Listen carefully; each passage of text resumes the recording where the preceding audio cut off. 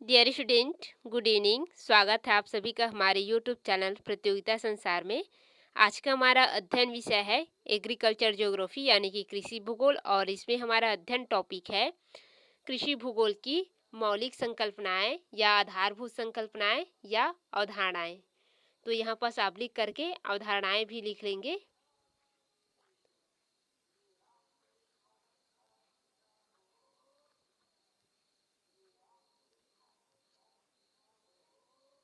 तो इतने का हम अध्ययन करेंगे इसकी आधारभूत संकल्पनाएं, अवधारणाएं व इसके सिद्धांत। तो ये दोनों पॉइंट को जोड़ लेंगे, अवधारणा और सिद्धांत को, क्योंकि ये सभी एक ही पॉइंट में आएंगे इसके कृषि भूगोल के। तो इसमें फर्स्ट संकल्पना, सिद्धांत या अवधारणा है कृषि भूदृश्य की संकल्पना। इसके बाद सेकेंड में है परिवर्तनशील कृषि भूदृश्य की संकल्पना। तीसरा है कृषि भूमि उपयोग की संकल्पना। चौथा है कृषि भूदृश्य अंतर संबंध की संकल्पना। फिर पांचवा है कृषि प्रदेश की संकल्पना। फिर छठवां है कृषि कार्य अवस्थिति की संकल्पना।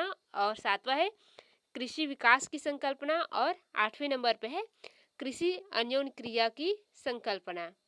ये 8 इसके प्रमुख संकल्पनाएं, सिद्धांत या अवधारणाएं हैं। अब इनका कंप्लीट अध्ययन करते हैं बारी बारी से। तो सबसे पहले हम अध्ययन करेंगे कृषि भूदृश्य की संकल्पना। पहला सिद्धांत या अवधारणा,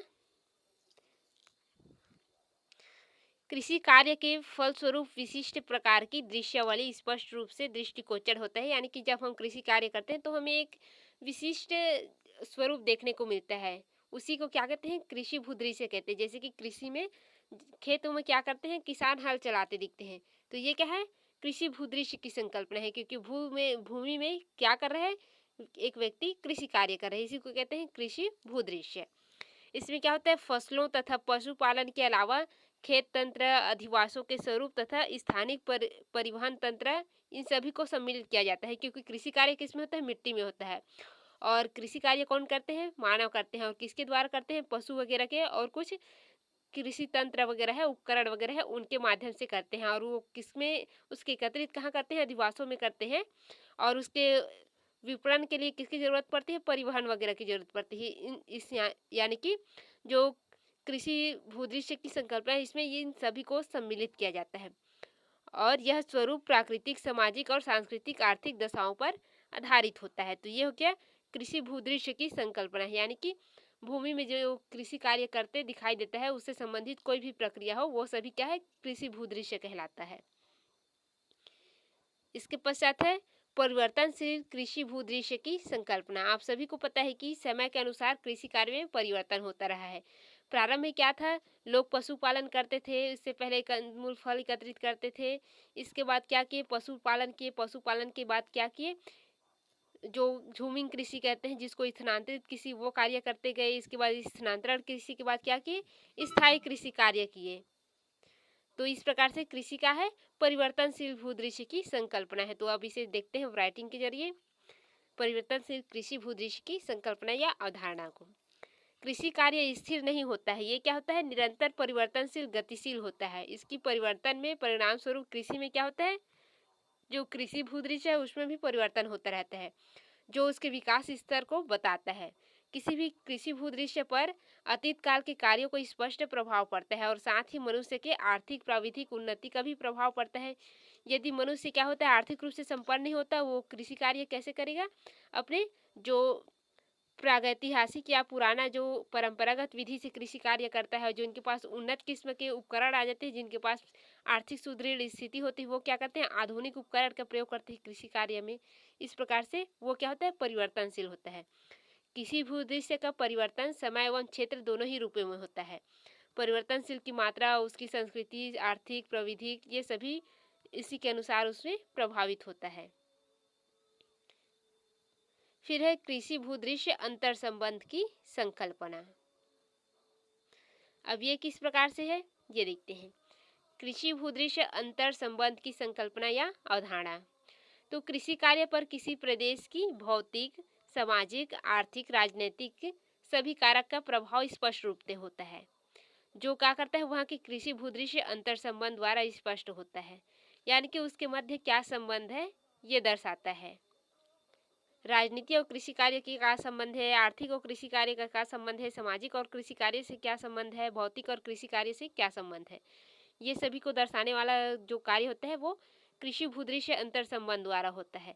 कृषि में क्या करते हैं, कृषि कार्य कौन करता है, समाज में रहने वाला एक व्यक्ति करता है। तो ये क्या हो गया, सामाजिक कृषि भूदृश्य हो गया, यानी कि उनके मध्य अंतर संबंध हो गया।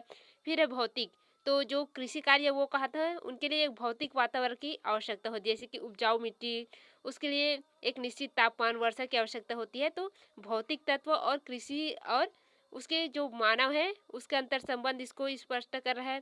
फिर है आर्थिक, तो कृषि कार्य से मानव को क्या प्राप्त होता है, लाभ प्राप्त होता है आर्थिक रूप से। तो ये दोनों एक दूसरे से संबंधित हो गए। इस प्रकार से इसमें अंतर संबंध स्थापित होता है। एग्जाम्पल के तौर पर यहाँ पर दिया है, जो ब्राज़ील है वहाँ पर तरूण अवस्था है, ये नवीन कृषि है हमारा।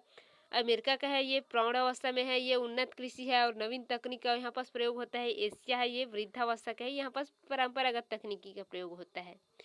इस प्रकार से इसमें क्या होता है, अंतर संबंध होता है।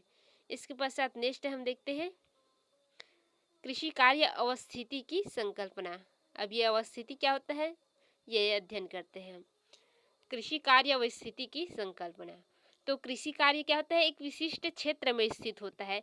जैसे कि आपको पर्वतीय क्षेत्र में आप जाएंगे तो वहाँ कृषि कार्य कर पाएंगे क्या, नहीं कर पाएंगे। ये पर्वत है, ये आपका मैदानी क्षेत्र है। तो ये पर्वत क्षेत्र में यदि आप फसल उगाना चाहते हैं तो इससे तो मिट्टी ही नहीं रहता, तो इसमें कृषि कार्य कैसे करेंगे आप। इसमें दाना डालेंगे वो क्या आ जाएगा, नीचे आ जाएगा। लेकिन मैदानी क्षेत्र इसमें क्या होता है, कृषि कार्य संभव होता है। तो ये क्या होता है, अवस्थिति, एक निश्चित स्थान पर कृषि कार्य संपन्न होता है, न कि किसी ढालू क्षेत्र पर। इसी को कहा गया है कृषि कार्य की अवस्थिति की संकल्पना, इसी के आधार पर प्रतिपादित है। प्रत्येक स्थान पर क्या होता है, कृषि कार्य संभव नहीं है। कृषि कार्यों की अवस्थिति में कृषि कार्यों की व्यवस्थाएं या जैसे कि स्थिति, वितरण, प्रतिरूप, इन सभी का विवेचन करना पड़ता है, दृष्टिकोण करना पड़ता है, क्या ध्यान में रखना पड़ता है।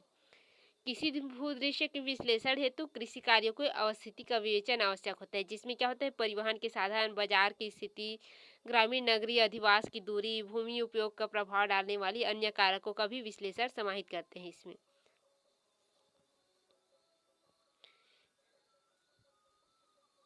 इसके बाद है कृषि प्रदेश की संकल्पना।